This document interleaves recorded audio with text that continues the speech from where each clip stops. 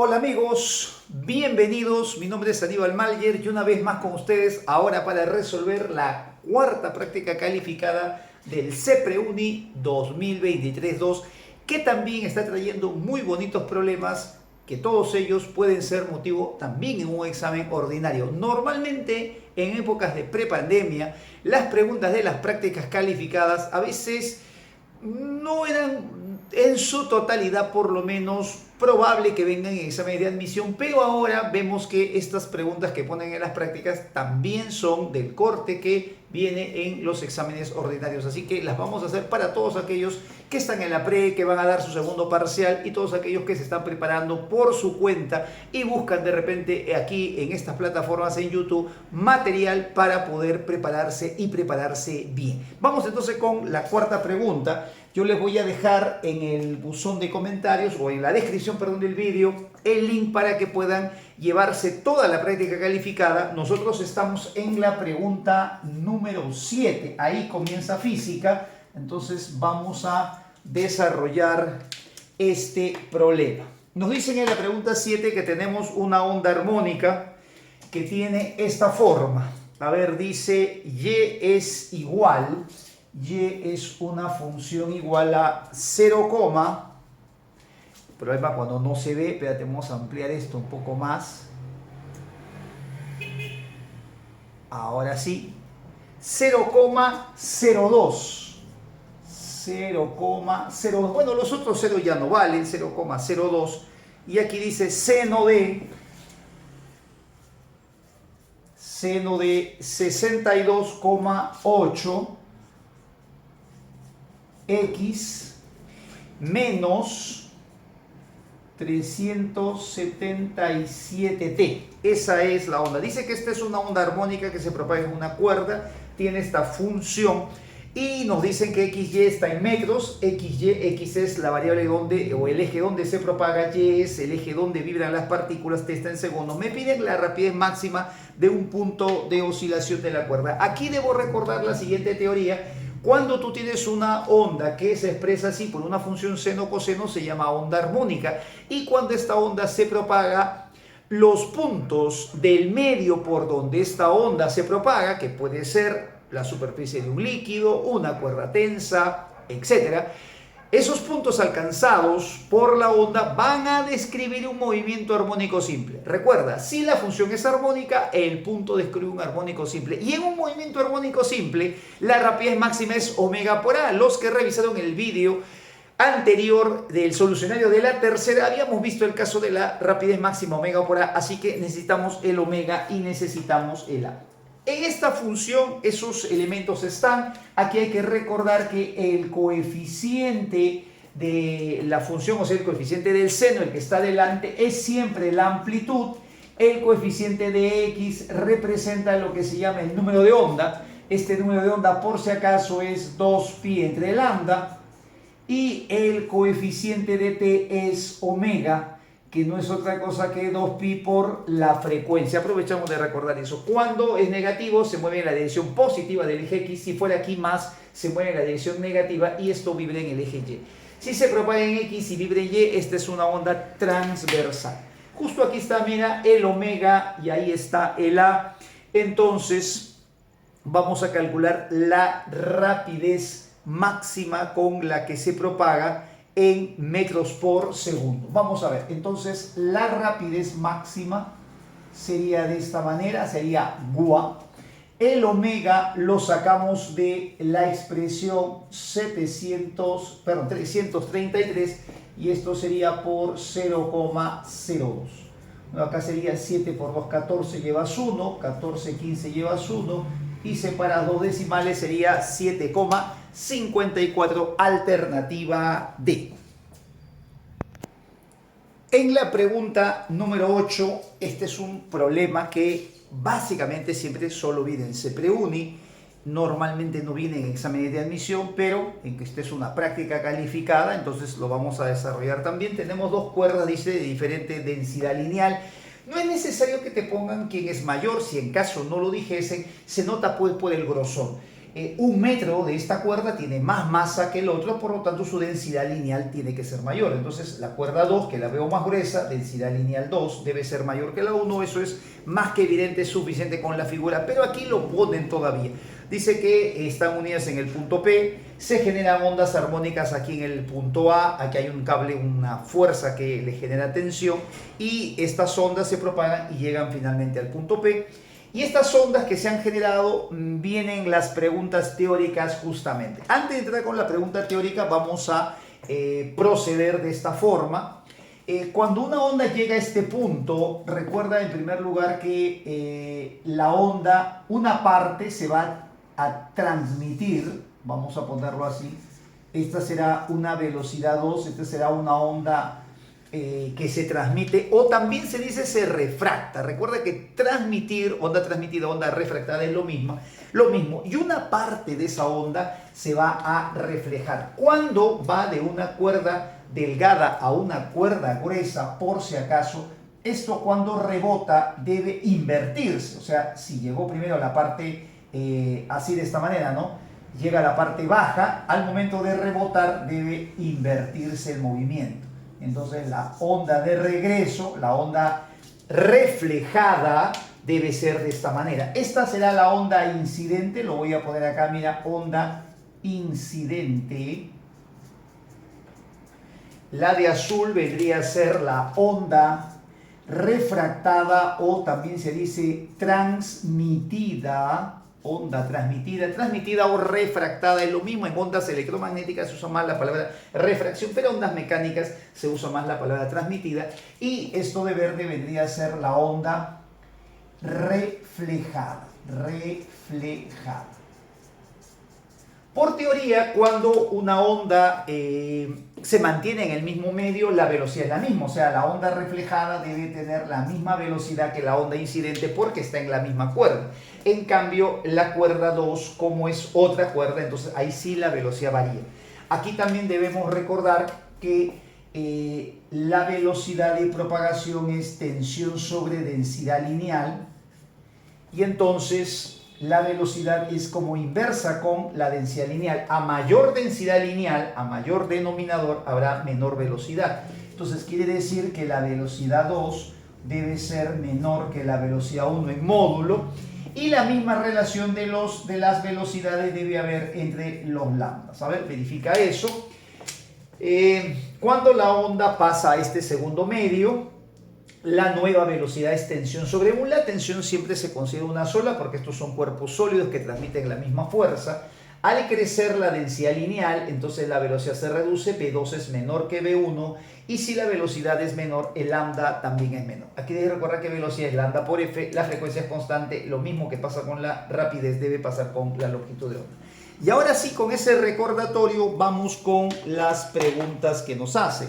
En la pregunta número 1 nos dicen: las ondas incidentes, o sea, la onda incidente y la onda transmitida, o sea, la que pasa a la otra cuerda, son de la misma frecuencia. Es muy importante recordar que la frecuencia no tiene por qué cambiar. La frecuencia siempre es constante. La frecuencia, eso sí, no cambia. No interesa dónde o en qué medio pase.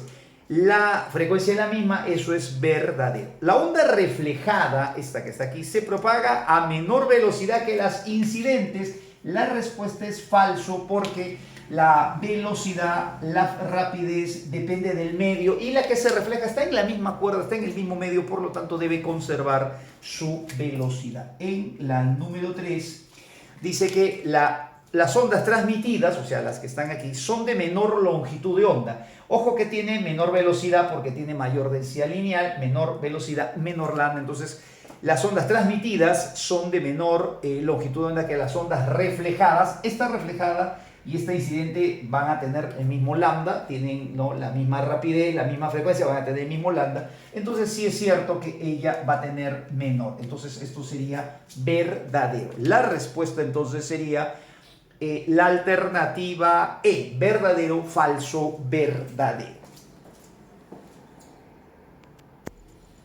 En la pregunta que sigue, la número 9, tenemos un cierto experimento, dice, realizado sobre esta cuerda.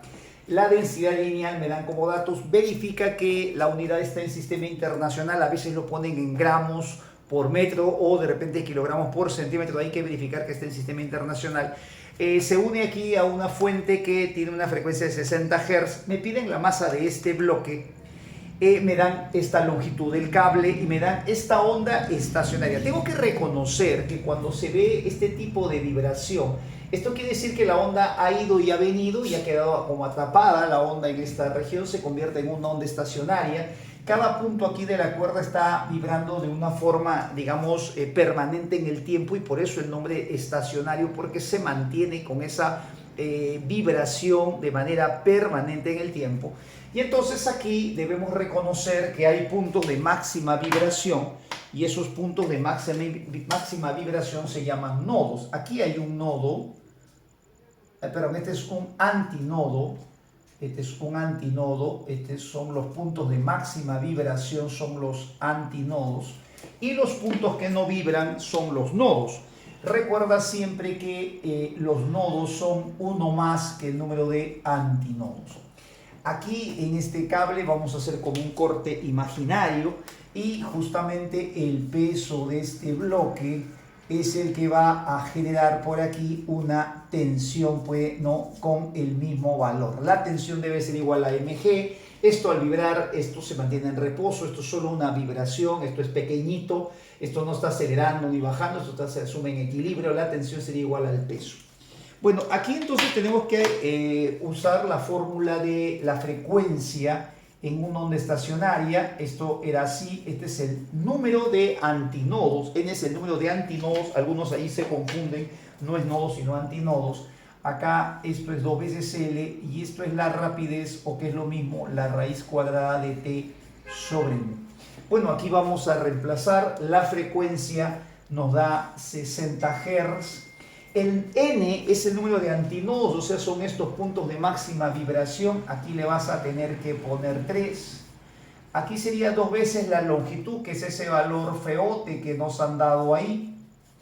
Y aquí tengo que poner la raíz cuadrada de la tensión, que justamente sería mg, masa por la aceleración de gravedad, que es 10, y el mu que nos están dando como dato en este lugar, 4 por 10 a la menos 4.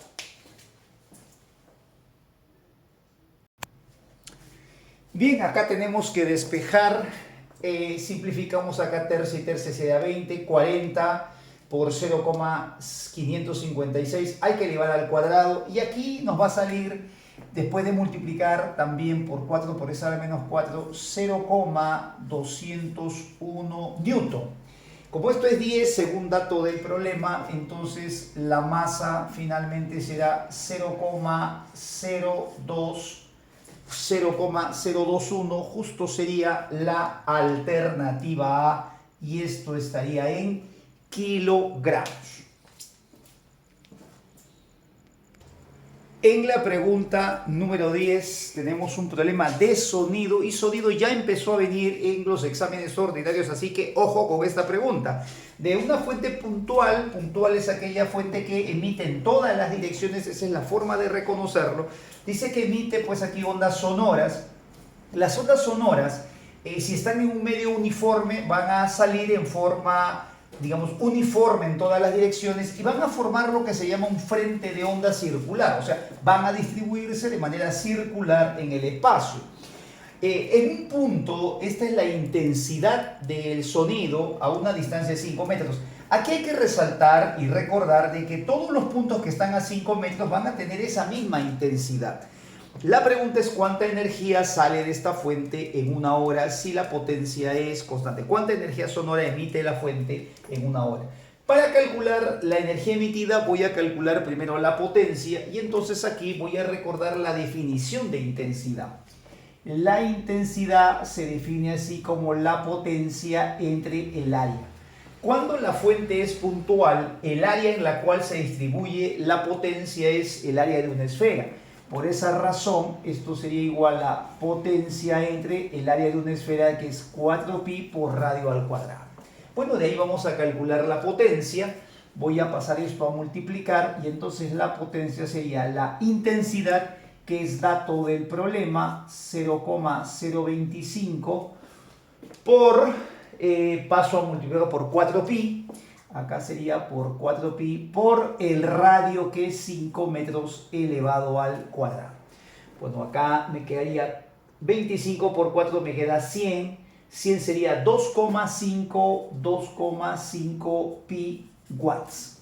Luego, para calcular la energía, solo tengo que recordar qué potencia es energía entre intervalo de tiempo. O sea que si quiero calcular la energía, debo multiplicar la potencia, que es una constante en la fuente, que es 2,5 pi, y multiplicarlo por el tiempo que ha estado funcionando, emitiendo energía esta fuente. Dice que emite en 1 hora, y 1 hora pasada a segundos sería 3600 segundos. Desarrollando 2,5 por 3600 sería 9000 pi. 9000 pi multiplicando con tu calculadora, porque recuerda que en los exámenes de la uni tienes calculadora, te sale aproximadamente 28.274,3 joules.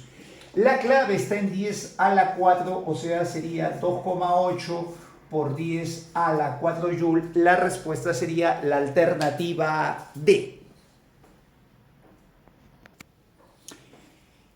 En la pregunta número 11 tenemos esta pregunta de fluidos, pero con gráficas, que es algo que también no es muy común, no existe mucho en los libros. Dice que se hace este experimento para hallar la presión absoluta en el interior de un líquido en otro planeta que no es la Tierra, o sea, la gravedad no será 10, y para medir, pues obviamente, cuánto es la aceleración de gravedad en ese planeta. Dice que la presión absoluta en el interior de un líquido con densidad igual que el agua, o sea, debe ser agua, es 1000, en función de H. Dice que justo muestra este resultado, ¿no? Esta es la presión. Se realiza el experimento de la medición de la presión absoluta al interior de un líquido en reposo dentro de un recipiente que está abierto en otro planeta, con el objetivo de medir, ¿no?, la aceleración de gravedad. La presión en el líquido en función de la profundidad es justamente lo que muestra la figura. Me piden hallar cuánto es la aceleración de la gravedad. Aquí, mira, este problema es bastante sencillo cuando tú ya sabes la teoría. Aquí debes recordar que la presión absoluta se calcula así. Es la presión atmosférica o la presión a nivel del mar, más un ρg por la profundidad.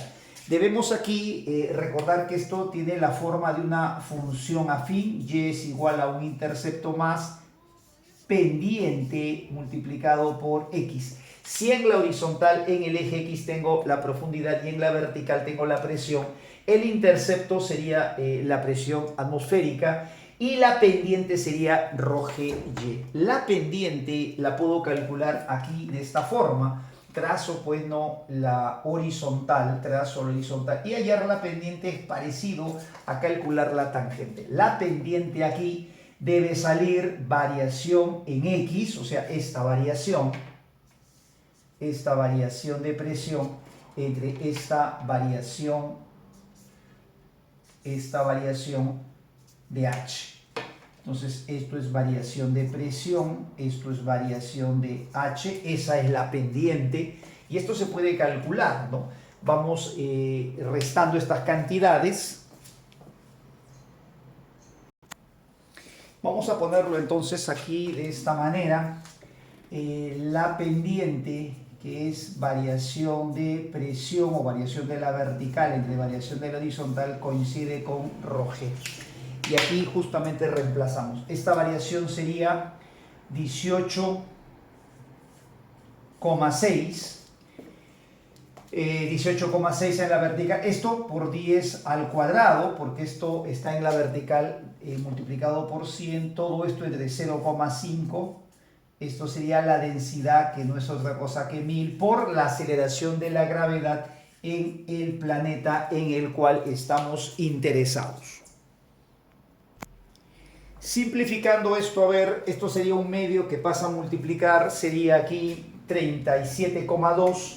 Acá 100 con 100 se cancela, así que un 10 va a pasar a dividir, y entonces la respuesta sería 3,72 metros por segundo al cuadrado, alternativa B. En la pregunta que sigue tenemos un problema de prensa hidráulica. Dice que se muestra un experimento en una prensa hidráulica. Todo aquí el líquido está en reposo. Eso también es importante recordar, que en la prensa hidráulica debe estar el líquido en reposo. ¿Qué fuerza se requiere aplicar en el émbolo pequeño? El área del émbolo pequeño es 5 centímetros cuadrados, en el grande es 200. Dice, para mantener este bloque de 200 en esa posición ahí en equilibrio, los pesos de las tapitas o émbolos o pistones deben ser despreciables. Bueno, este bloque debe pesar masa por aceleración de la gravedad. Aquí nos dicen que la gravedad vale 10, debe ser 2000. Si tú le agregas este bloque, entonces lo normal sería que esta fuerza empiece a empujar el líquido. Pero aquí tendría que aparecer una fuerza de 2000 para que se mantenga en equilibrio. Y la forma para que aparezca una fuerza hacia arriba que equilibra ese bloque que hemos puesto, se puede lograr aplicando una fuerza pequeña, en el émbolo pequeño.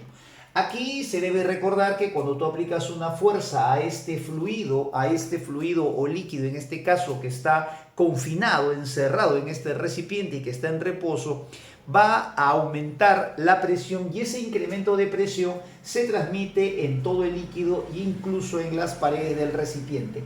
El incremento de presión en este lado es el mismo que en el otro.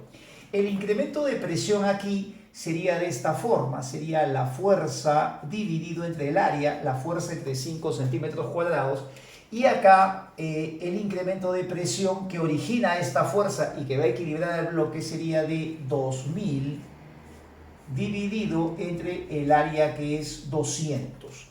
Como esto está en centímetros cuadrados y el 5 también, puedes verificar eso en el problema. La única unidad que queda es el newton, entonces aquí se simplifica bolita y bolita.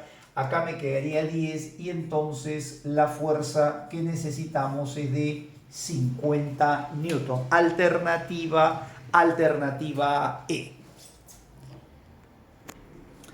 La pregunta número 13 es una pregunta bastante interesante, muy probable que pueda venir en un examen ordinario. La OCAT ya lo ha preguntado varias veces en preguntas de exámenes parciales, finales. Nos hablan del cuerpo sumergido, esto de la lectura, el peso real y el peso aparente. Debemos recordar que cuando un cuerpo se pesa así en el aire, se suspende de esta forma, acá se pone una balanza romana o dinamómetro. Esto que lee se llama el peso real. Y el peso real obviamente es el peso que el cuerpo va a tener, masa por gravedad. Pero cuando lo colocamos así, sumergido en un líquido, entonces aquí cambia la lectura por la aparición del empuje y eso se llama el peso aparente. Siempre debemos recordar que el peso real menos el peso aparente, o sea, el peso cuando el cuerpo se pesa en el aire y cuando se pesa con una parte sumergido en líquido, eso se llama, o eso nos va a dar el empuje que está experimentando el bloque de parte del líquido. Entonces vamos a empezar a plantear el problema. Nos dicen que este es un cubo del lado A. Nos piden la lectura en Newton, o sea, todo tiene que estar en sistema internacional, así que lo vamos a hacer del comienzo. Mira, si es 10 centímetros, esto en metros sería 1/10 de metro. 1/10 de metro de lado. La densidad de este bloque es 3 gramos por centímetro cúbico, en kilogramos sería 1000. Revisa el vídeo de densidad, cómo se hace para pasar de gramos a kilogramos. Cuando tienes así se multiplica por 1000. Y después en la figura 2 dice que el 50% del volumen está sumergido, o sea, esto es a medios lo que está sumergido, la mitad. Y me piden aquí cuánto sería la nueva lectura. Aquí lo que nosotros debemos recordar es que el empuje es peso real menos peso aparente. Aquí me están pidiendo el peso aparente, entonces yo podría decir que el peso aparente aquí sería igual al peso real menos el empuje. En este canal tengo un vídeo donde hablo de los casos más importantes que vienen en fluidos y he tocado esto del peso aparente. El empuje es peso real menos peso aparente, pero aquí me piden el peso aparente, entonces lo paso esto a sumar y el empuje a restar y así me quedaría. Necesito el empuje, el peso real para hallar el peso aparente en estas condiciones, pero el peso real lo podría calcular de aquí. Vamos aquí a recordar que el peso real es pues aquí la lectura cuando el cuerpo está en el aire Esto sería, aquí va a generar pues una tensión que es justamente lo que produce el peso real. Y ese peso real se puede calcular. A ver, vamos a ver, por aquí creo que me alcanza cuánto sería el peso real. mg sería igual a esta manera. La masa la tendría que calcular a partir de la densidad y el volumen.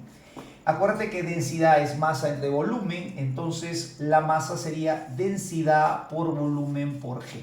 Este sería el peso del cuerpo, peso real, y entonces vamos a ponerlo, a ver, este peso lo voy a llamar aquí peso real, ¿no? Este mg sería el peso real, que es lo que va a leer, y eso sería la densidad del cuerpo, que es 3000. El volumen, como es un cubo, el problema dice que tenemos un cubo, el volumen de un cubo es helado al cubo, entonces acá tenemos un décimo que es helado elevado al cubo por la aceleración de gravedad, que nos dan 10 también como dato, entonces está bien, sería 10.